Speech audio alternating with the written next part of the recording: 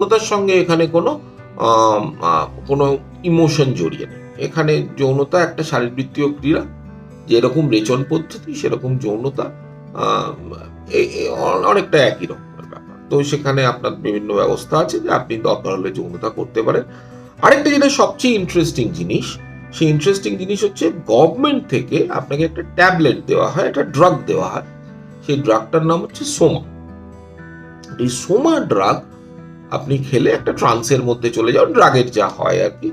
তো গভর্নমেন্ট থেকে শুধু তাই নয়, গভর্নমেন্ট থেকে আপনাকে ইন্সপায়ার করা হয়, আপনাকে বলা হয় যে আপনার যদি বিন্দুমাত্র কোনো কিছুতে কোনো রকমের দুঃখ, কোথাও যদি সামান্যতম দুঃখ যদি আপনার মনের মধ্যে আসে, তো ইউ হ্যাভ সোমা। আপনি সোমা নিন, সোমা ভ্যালিডেট, সোমা ভ্যাকেশন নিন আপনি